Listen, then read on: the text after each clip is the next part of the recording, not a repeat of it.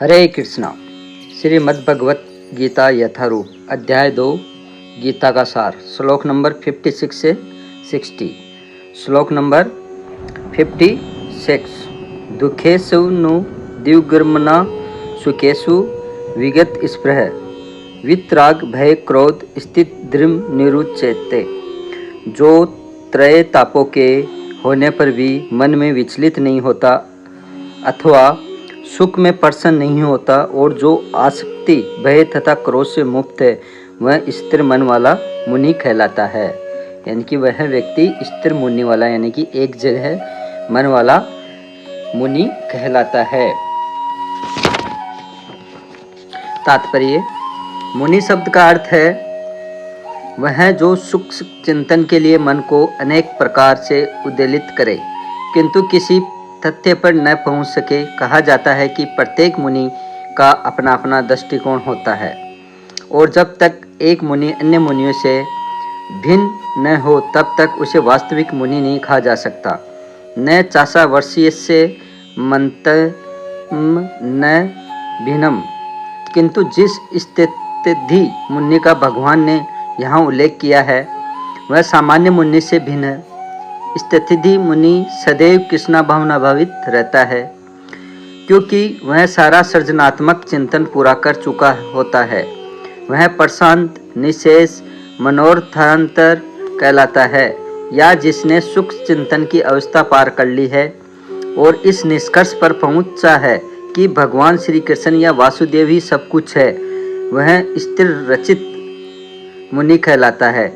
यानी कि वह व्यक्ति जो श्री कृष्ण या वासुदेव ही सब कुछ मान लेता है भगवान को, तो वह स्थिर चित्त मुनि कहलाता है। ऐसा कृष्ण भावना भावित व्यक्ति तीनों पापों के संघात से तनिक भी विचलित नहीं होता क्योंकि वह इन कष्टों तापों को भगवत कृपा के रूप में लेता है और पूर्व पापों के कारण अपने को अधिक कष्ट के लिए योग्य मानता है और वह देखता है कि उसके सारे दुख भगवत कृपा से रंज मात्र रह जाते हैं। इसी प्रकार जब वह सुखी होता है तो अपने को सुख के लिए अयोग्य मानकर इसका भी श्रेय भगवान को देता है।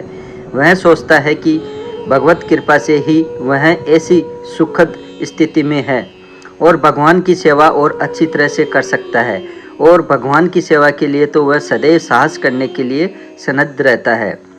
वह राग या विराग से प्रभावित नहीं होता।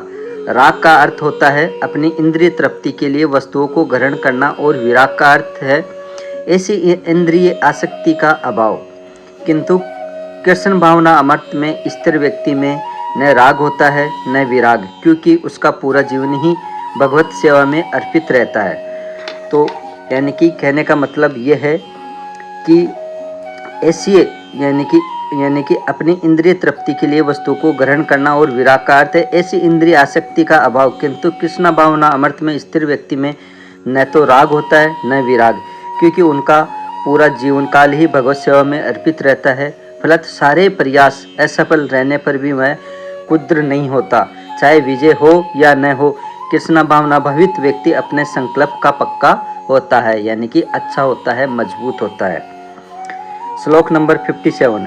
ये सर्वत्रान भी स्त्रीण हस्ते तत्प्राप्य बुभा शुभ्रम नाबिंदति न दृष्टि तस्य प्रज्ञा प्रतिष्ठिता। इस भौतिक जगत में जो व्यक्ति न तो शुभ की प्राप्ति से हर्षित होता है और न अशुभ के प्राप्त होने पर उससे गणना करता है वह पूर्ण ज्ञान में स्थिर होता है। तात्पर्य: भौतिक जगत में सदा ही कुछ न कुछ उथल पुथल होती रहती है, उसका परिणाम अच्छा हो चाहे बुरा। जो ऐसी उथल पुथल से विचलित नहीं होता, जो अच्छे या बुरे से अप्रभावित रहता है, उसे कृष्ण भावना अमृत में स्थिर समझना चाहिए। जब तक मनुष्य इस भौतिक संसार में है तब तक अच्छाई या बुराई की संभावना रहती है क्योंकि यह संसार द्वैत द्वंद्वों से पूर्ण है। किंतु जो कृष्ण भावना अमृत में स्थिर है वह अच्छाई या बुराई से अछूता रहता है क्योंकि उसका सरोकार कृष्ण से रहता है जो सर्वमंगलमय है। ऐसे कृष्ण भावना अमृत से मनुष्य पूर्ण ज्ञान की स्थिति प्राप्त कर लेता है जिसे समाधि कहते हैं। श्लोक नंबर 58। यदा सहर्ते चायम कुर्मोम अंडानीव सर्वस इंद्रियाणि इंद्रियार्थ भय स्थित से प्रज्ञा प्रतिष्ठिता।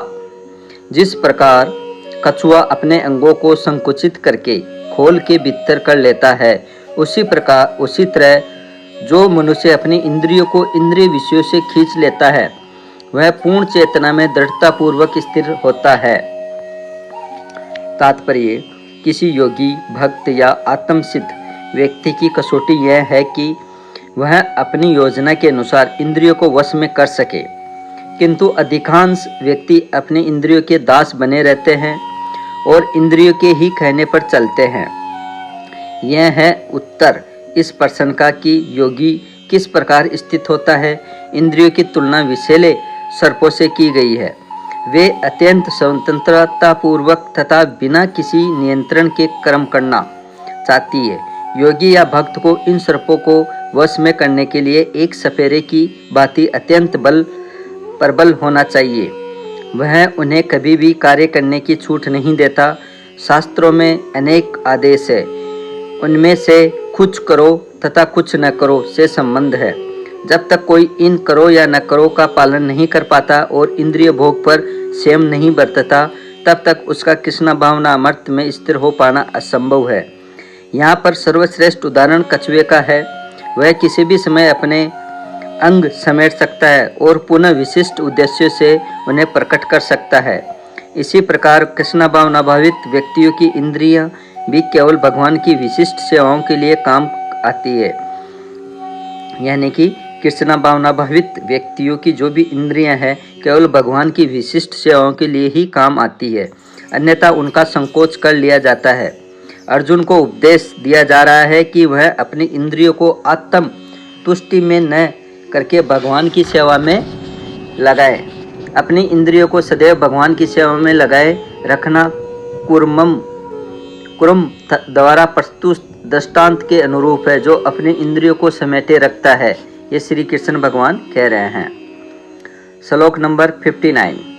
विषया विनय वर्तन्ते निराहार से देहिनी रसवर्ज रसो अजपयस्य परम दृष्टा निवृत्तते। देहधारी जीव इंद्रिय भोग से भले ही निवृत्त हो जाए, पर उसमें इंद्रिय भोगों की इच्छा बनी रहती है। लेकिन उत्तम रस के अनुभव होने से ऐसे कार्यों को बंद करने पर वह भक्ति में स्थिर हो जाता है। तात्पर्य: जब तक कोई अध्यात्म को प्राप्त न हो, तब तक इंद्रिय भोग से विरक्त होना असंभव है। विधि विधानों द्वारा इंद्रिय भोग को सीमित करने की विधि वैसी ही है जैसे किसी रोगी के किसी भोज्य पदार्थ खाने पर प्रतिबंध लगाना, किंतु इससे रोगी की न तो भोजन के प्रति रुचि समाप्त होती है और न वह ऐसा प्रतिबंध लगाया जा सकता है। इसी प्रकार अल्पज्ञानी व्यक्तियों के लिए इंद्रिय संयम मन के लिए अष्टांग योग जैसी विधि की संस्तुति की जाती है, जिसमें यम, नियम, आसन, प्राणायाम, प्रत्याहार, धारणा, ध्यान आदि सम्मिलित है। किंतु जिसने कृष्ण भावनामर्थ के पथ पर प्रगति के क्रम में परमेश्वर कृष्ण के सौंदर्य का रस स्वादन कर लिया है, उसे जड़ भौतिक वस्तुओं में कोई रुचि नहीं रह जाती। अतः आध्यात्मिक जीवन में ये सारे प्रतिबंध अल्पज्ञानी नवदीक्षितों के लिए है। ऐसे प्रतिबंध तभी तक ठीक है जब तक कृष्ण भावनामर्थ में रुचि जागृत नहीं हो जाती, और जब वास्तव में रुचि जग जाती है तो मनुष्य में स्वतः ऐसी वस्तुओं के प्रति अरुचि उत्पन्न हो जाती है। यह तो श्लोक नंबर 60। यत्तो हापि कौन्ते पुरुषस्य विपश्यति इंद्रियाणि परमार्थिनी हरन्ति परसंभम मन। हे अर्जुन, कृष्ण भगवान कह रहे हैं, हे अर्जुन, इंद्रियां इतनी प्रबल तथा वेगवान है कि वे उस विवेकी पुरुष के मन को भी बलपूर्वक हर लेती है जो उन्हें वश में करने का प्रयत्न करता है। तात्पर्य: अनेक विद्वान, ऋषि, दार्शनिक तथा अध्यात्मवादी इंद्रियों को वश में करने का प्रयत्न करते हैं, किंतु उनमें से बड़ा भी कभी कभी विचलित मन के कारण इंद्रिय भोग का लक्ष्य बन जाता है। यहाँ तक कि विश्वामित्र जैसे महर्षि तथा पूर्ण योगी को भी मेनका के साथ विषय भोग में प्रवृत्त होना पड़ा। यद्यपि वे इंद्रिय निग्रह के लिए कठिन तपस्या तथा योग कर रहे थे। विश्व इतिहास में इसी तरह के अनेक दृष्टांत है। अतः पूर्णतया कृष्ण भावना भावित हुए बिना मन तथा इंद्रियों को वश में कर सकना अत्यंत कठिन है। यानी कि बिना कृष्ण भावना भावित में इंक्लूड हुए बिना मन तथा इंद्रियों को वश में कर सकना अत्यंत कठिन है। मन को कृष्ण में लगाए बिना मनुष्य ऐसे भौतिक कार्यों को बंद नहीं कर सकता। परम साधु तथा भक्त यामुनाचार्य ने एक व्यवहारिक उदाहरण प्रस्तुत किया है। वे कहते हैं, यद्वदि मम चेत कृष्ण पदार विंदे नव नव रस धामन्यु दत्तम रंतु मासित तदवदि बत नारी संग में स्मर्य माने भवती मुख विकार सुष्टु निष्टिवनम च। जब से मेरा मन भगवान कृष्ण के चरणार विंदों की सेवा में लग गया है, यानी कि उनकी चरणों में लग गया है, जब से मेरा मन कृष्ण भगवान की चरणों से लग गया है और जब से मैं नित्य नव दिव्य रस का अनुभव करता रहा हूँ, तब से स्त्री प्रसंग का विचार आते ही मेरा मन उधर से फिर जाता है और मैं ऐसे विचार पर थू थू करता हूँ। कृष्ण भावना अमृत इतनी दिव्य सुंदर वस्तु है कि इसके प्रभाव से भौतिक भोग स्वतः नीरस हो जाता है। यह वैसा ही है जैसे कोई भूखा मनुष्य प्रचुर मात्रा में पुष्टिदायक भोजन करके अपनी भूख मिटा ले।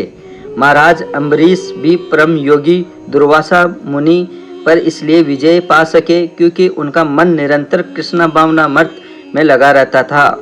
ये महाराज अम्बरीश भी परम योगी दुर्वासा मुनि पर इसलिए विजय पा सके क्योंकि उनका मन निरंतर कृष्ण भावना अमृत में लगा रहता था, यानी कि हमेशा कृष्ण की सेवा में लगा रहता था। हरे कृष्णा।